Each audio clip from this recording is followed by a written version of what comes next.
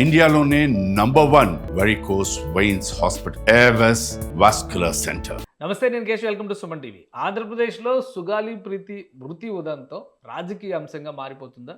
గతంలో జనసేన పార్టీ అండతోనే ఈ అంశం లైవ్లో నిలిచింది. కానీ అధికారంలోకి వచ్చినాక ఏమాత్రం సహకరించడం లేదంటూ సుగాలి ప్రీతి తల్లినే ఆరోపణలు చేస్తున్నారు.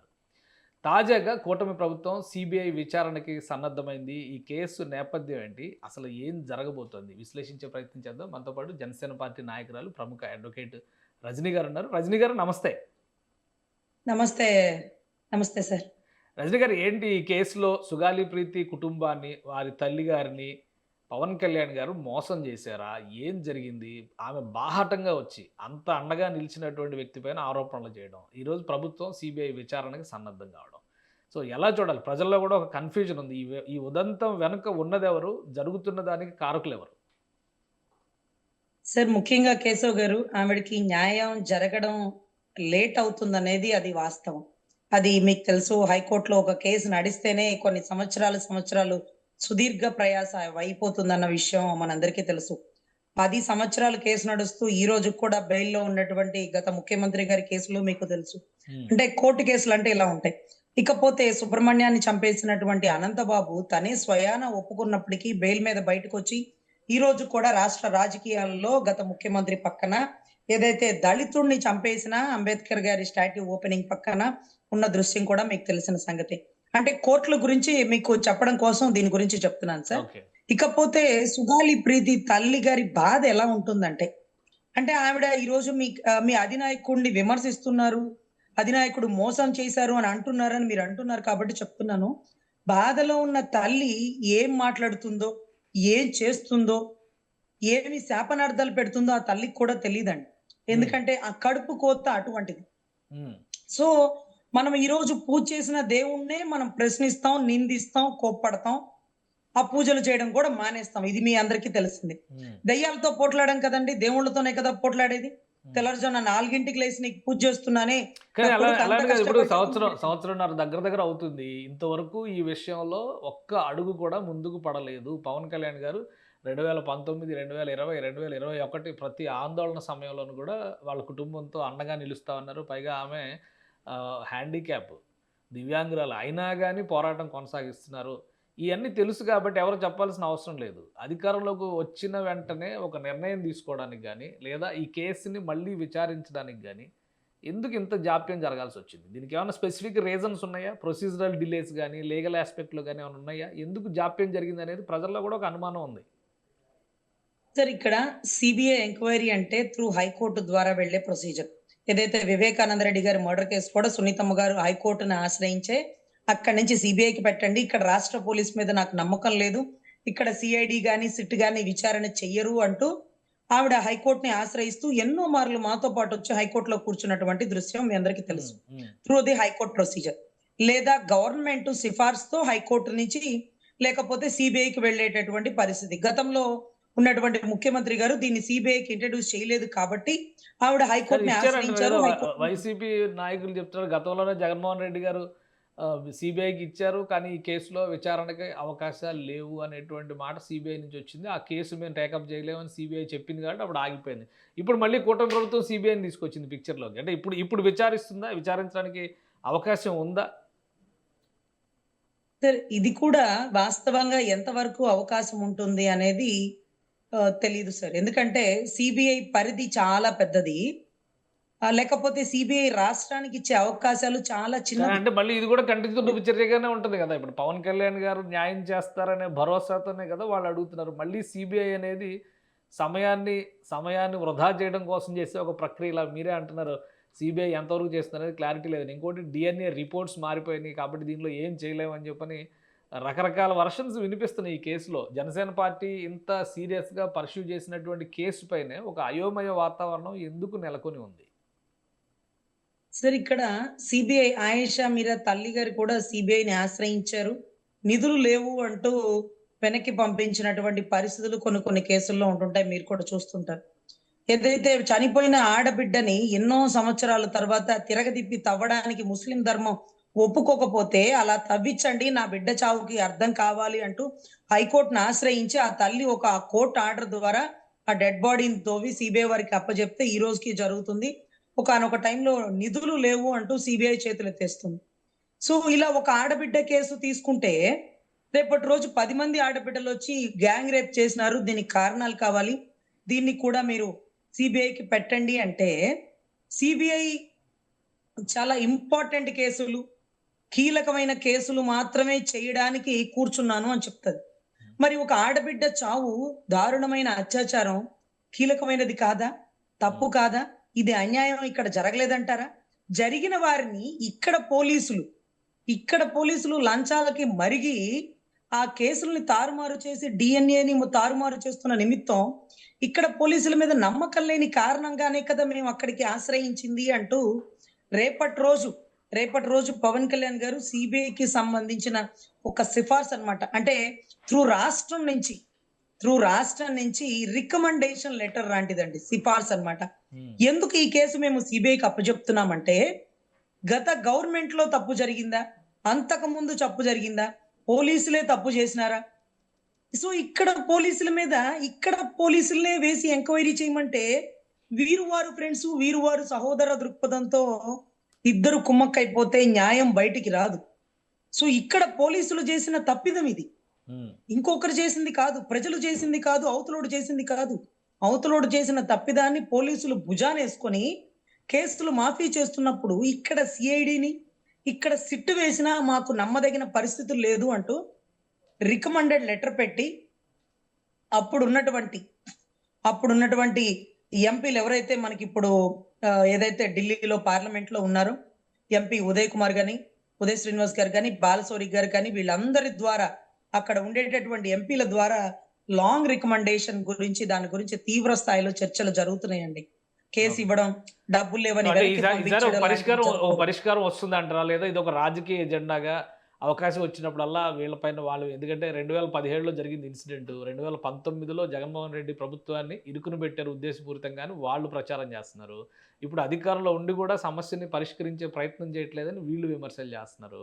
సో అంటే అంతా ఒక రాజకీయ అంశంగా మారిపోతుంది. పరిష్కారం దొరికేటువంటి అంశం అవుతుందా ఇది? సార్, ఆడబిడ్డ జీవితాన్ని, ఆడబిడ్డ చావుని రాజకీయం చేసేంతటువంటి నీచపు రాజకీయాల్లో జనసేన ఎప్పటికీ రాదు సార్. కావాలంటే మళ్ళొకసారి ఓడిపోతాం.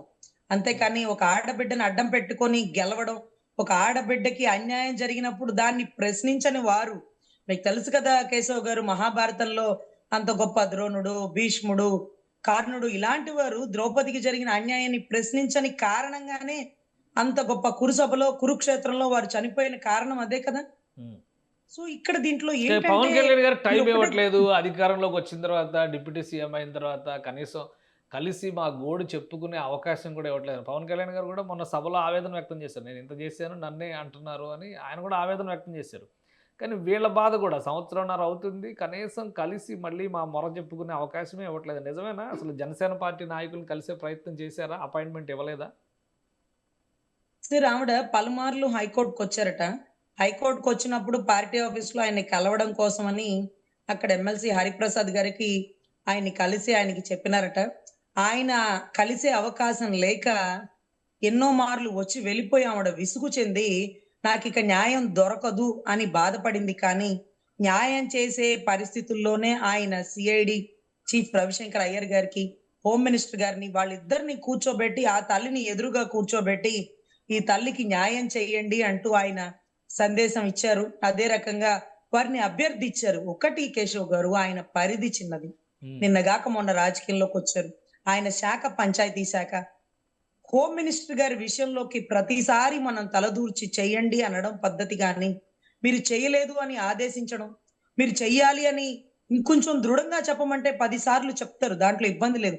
మహిళా కమిషన్ చైర్పర్సన్, హోమ్ మినిస్టరు, దీనికి సంబంధించిన సీఎం గారి విభాగం ఏదైతే ఉందో, సీఎం గారి పేషి, ఇక్కడి నుంచి స్ట్రిక్ట్ ఆర్డర్స్ అనేవి వెళ్తున్నాయి. ఆయన ఆ మాదిరిగా ఆ దిశగా ప్రయత్నం చేస్తున్నారు. ఆ తల్లిని ఎదురుగా కూర్చోబెట్టి చెప్పారు. ఆ తల్లిని మళ్ళీ హోమ్ మినిస్టర్ దగ్గరికి పంపించారు. ఇంకా కూడా జాప్యం జరుగుతుంది అంటూ ఆ తల్లికి నమ్మకం కోల్పోతుంది. కానీ కోర్టులు అంటే మెట్లెక్కి ఎక్కి దిగే పరిస్థితే సార్. కానీ ఒకటి గుర్తుపెట్టుకోండి, 2017 జరిగిందని మీరు అంటున్నారు, అది వాస్తవిక విషయం. మరి 18, 19, 17 ఈ 3 సంవత్సరాలలో వైసీపీ గవర్నమెంట్ టీడీపీ గవర్నమెంట్ ఎందుకు విమర్శించలేదు? ఎందుకు పోట్లాడలేదు? ఎందుకు ఒక ఆడబిడ్డ చావుకి కారణమైన వాళ్ళని కప్పెడుతున్నారని ఎందుకు వైసీపీ గవర్నమెంట్ టీడీపీ గవర్నమెంట్ తో గొడవపడలేదు? ఎందుకంటే అది ప్రభుత్వం, ఇది ప్రతిపక్షం. ప్రతిపక్షానికి చిన్న హింట్ Right. దొరికినా ప్రభుత్వాన్ని ఏకుతారు కదా, ఇప్పుడు ఏకినట్టుగా. మరి ఆ టైంలో ఎందుకు ఏకలేదు? అంటే ఆ టైంలో వారికి అంటే దీన్ని కదిలిస్తే రాజకీయంగా గెలుస్తామా? దీన్ని కదిలిస్తే మనకేమైనా ఉపయోగం ఉంటుందా? ఆడబిడ్డని అడ్డం పెట్టుకొని రాజకీయం చేసి మనము చంద్రబాబు గారిని విమర్శించవచ్చా? అంటే ఆడబిడ్డ మీద ఇలా అన్యాయం చేశాడంటే ప్రజలు నమ్ముతారా?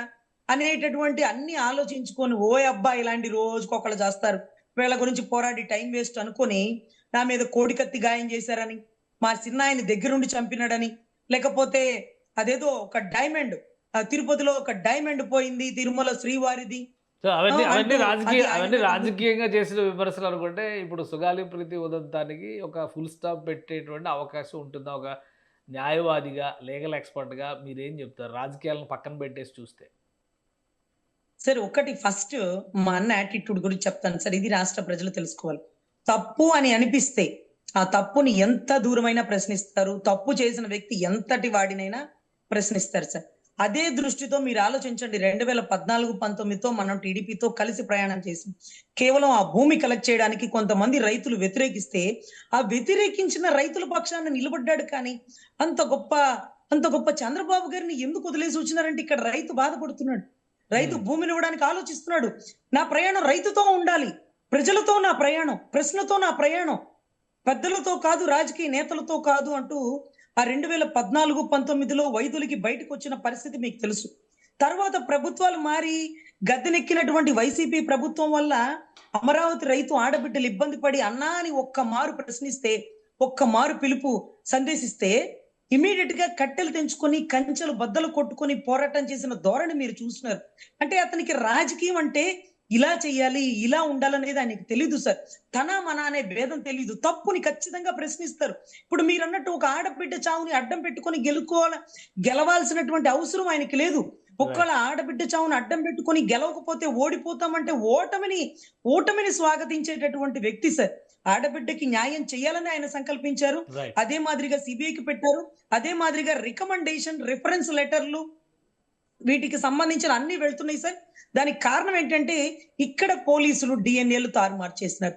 పీకని వైరుతో కోసేసి వైరుతో చనిపోయి ఏదైతే చీరతో ఊరేసిందని చెప్పారు. కడుపులో అబ్డార్మల్ అండి, అంటే సెక్సువల్ ఇంటర్ కోర్స్ మల్టిపుల్ టైంలో జరిగింది. అబ్డార్మల్ లో హ్యూమన్ బాడీ స్పామ్ ఉంది. ఇంతమంది కలిసి ఇన్ని సార్లు రేప్ చేశారు. దీనికి ఆధారాలు పర్ఫెక్ట్ గా ఉన్నాయి సార్. సైకాలజీ రిపోర్ట్, కేసు నిలబడదు, డిఎన్ఏ రిపోర్ట్స్ తారుమారైనాయి కాబట్టి కేసు నిలబడదు అని ఒక ప్రచారం జరుగుతుంది. నిజమేనా? అట్లాంటి పరిస్థితి ఉంటుందా సార్? 100% దానికి ఎటువంటి సంబంధం ఉండదు సార్. మనం బాలీవుడ్ స్టార్ కాదంబరి జత్వానీ గారి కేసులో క్రాంతిరాణ్ రాటా, విశాల్ గున్నీని, లేకపోతే అక్కడికి సంబంధించిన పేసర్ ఆంజనేయులు వీళ్ళందరినీ ఎలా నిలదీశామో ఆ అమ్మాయి టైంలో పనిచేసిన ప్రతి అధికారిని నిలదీస్తే ఖచ్చితమైన రిపోర్ట్లు వస్తాయి సార్. డిఎన్ఏలు తారుమారు చేసినారు, కానీ ఎవరు చెప్తే చేసినారు, ఎవరి లబ్ధి కోసం చేసినారు, ఎంత లంచాలు తీసుకొని మంచాలు వేసినారు అనేది ప్రతిదీ పిన్ టు పిన్ లాక్కురావాలి సార్. ఎందుకంటే 161 స్టేట్మెంట్లు ఇచ్చినటువంటి వంటావిడ అరే అమ్మాయి దోశ ఇడ్లీ తింటుంటే నేనే రెండోసారి చట్నీ వేసినానండి, నేను దగ్గరుండి చూసినాను అన్నారు. కానీ ఆ పాప కడుపు అంతా పోస్ట్ మార్టంలో ఖాళీగా ఉంది సార్. కడుపులో ఏమీ లేదు సార్. ఆ అమ్మాయి ఫాస్టింగ్ ఉంది. మరి ఆ స్టేట్మెంట్ ఇచ్చినటువంటి ఆ వడ్డిచ్చే ఆవిడ ఎవరు చెప్తే ఇచ్చింది, ఎవరు బెదిరిస్తే ఇచ్చింది? డిఎన్ఏలు మ్యాచ్ అవ్వకపోవడం ఏంటి సార్? కాకులు దూరని కారడవి, చీమల దూరని చిట్టడవి. మరి సింహం ఎలా వెళ్ళింది, ఏనుగు ఎలా వెళ్ళింది? అది లేడీస్ హాస్టల్ సార్. ఎంతమంది వచ్చి రేప్ చేశారనేది క్లియర్ గా అమ్మాయి పోస్ట్ మార్టం లో ఉంది సార్. హ్యూమన్ బాడీ స్పామ్ ఉంది సార్. కిరాతకంగా రేప్ చేసి హ్యాంగ్ చేసి ఆ అమ్మాయిని వైరుతో ఊరేసి సూసైడ్ గా క్రియేట్ చేయడం కోసం ఆ అమ్మాయి ఫీజు కట్టలేదు. ప్రిన్సిపల్ గారు గట్టిగా అరిచారు, ఆ బాధతో ఊరేసుకుందన్నారు సార్. ఫీజు కట్టిన రిసిప్ట్లు ఉన్నాయి సార్.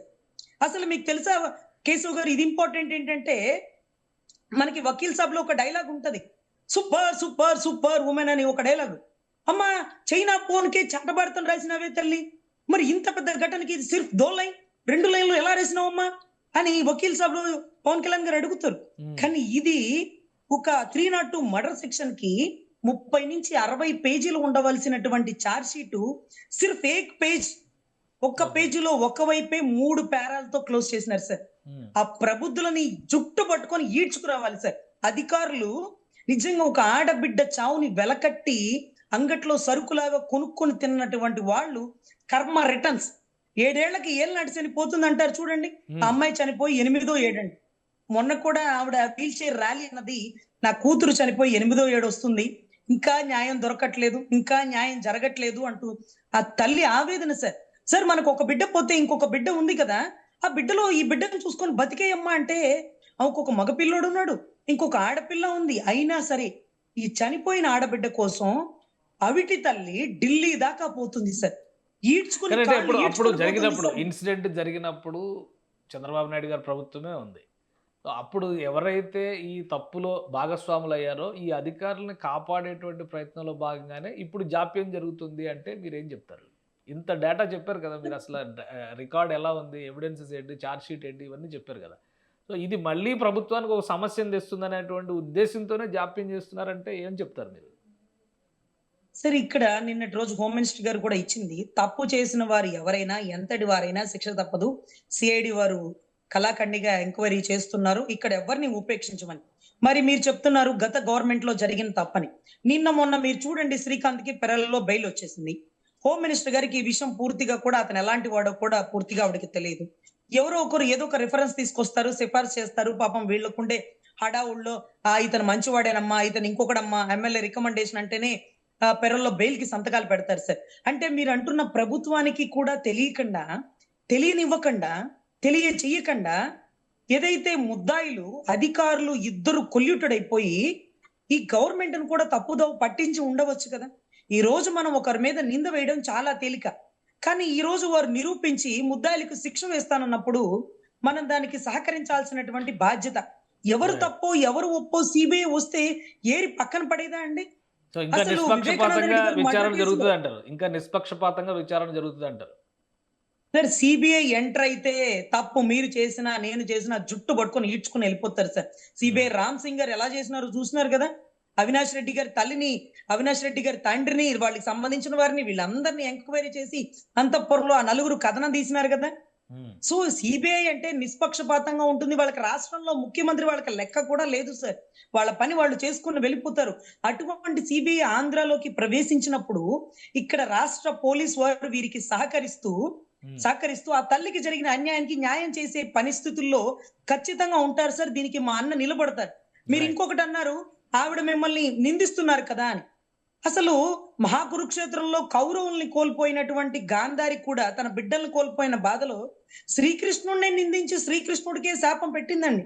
అక్కడ కోపం అని మనం అనుకోకూడదు. ఆ తల్లి బాధ ఆవేదనతో చేసినటువంటి పరిస్థితి అనుకోండి. కురుక్షేత్రంలో అంతమంది చంపేసిన అర్జునుడు అభిమన్యుడిని కోల్పోయిన బాధలో సాయంత్రం అస్తమించే లోపల, సూర్యుడు అస్తమించే లోపల సైంధవుని చంపేస్తానని శపథం చేసేటప్పుడు శ్రీకృష్ణుడిని అడగలేదండి. అదేంటి అర్జున నన్ను అడగకుండా ఎలా నువ్వు శపథం చేసావని కృష్ణుడు కూడా బాధపడలా. ఆ బాధలో ఏదో అనేసినాడే, అతని వల్ల కాదు సైంధవుణ్ణి చంపడం అంటూ శ్రీచక్రం అడ్డు పెట్టి సూర్యుని అస్తమించినట్టు చేసి సైంధవుణ్ణి రప్పించి ఆ పాశుపతాస్త్రంతో చంపేసినారు సార్. అంటే దాని సైంధవుడిని బయటకు తీసుకొస్తారంటారు సిబిఐ, పవన్ కళ్యాణ్ గారి చొరవ ఇవన్నీ కలిపి సైంధవుడు బయటకు రావడం 100% సార్, 100% సార్. ఆ తల్లి తీసుకున్న నిర్ణయానికి ఖచ్చితంగా కృష్ణుడిలాగా నా అన్న తోడుగా నిలబడతాడు. ఆవిడ కోపంలో పెట్టిన శాపనార్థాలని కూడా ఆయన భరిస్తాడు. అయినా సరే అంతిమంగా వారికి న్యాయం చేయడానికి, ఆ సైంధవుడిని ఈడ్చుకుని రావడానికి, ఏదైతే శ్రీచక్రంతో సూర్యుని ఆపేసినటువంటి కృష్ణుడు లాగా ఖచ్చితంగా ఆ తల్లికి తోడుగా ఒక తమ్ముడుగా నిలబడతాడని నేను మనస్ఫూర్తిగా భావిస్తున్నాను సార్. ఆడబిడ్డను అడ్డం పెట్టుకుని చేసే రాజకీయం అంత దిగజారే పరిస్థితి ఎప్పటికీ జనసేన రాదు సార్. కావాలంటే 10 సార్లు ఓడిపోతాం, అంతేకాని గెలుపు కోసం ఇలాంటి పనులు మేము ఎప్పటికీ చెయ్యరు సార్ మా నాయకుడు.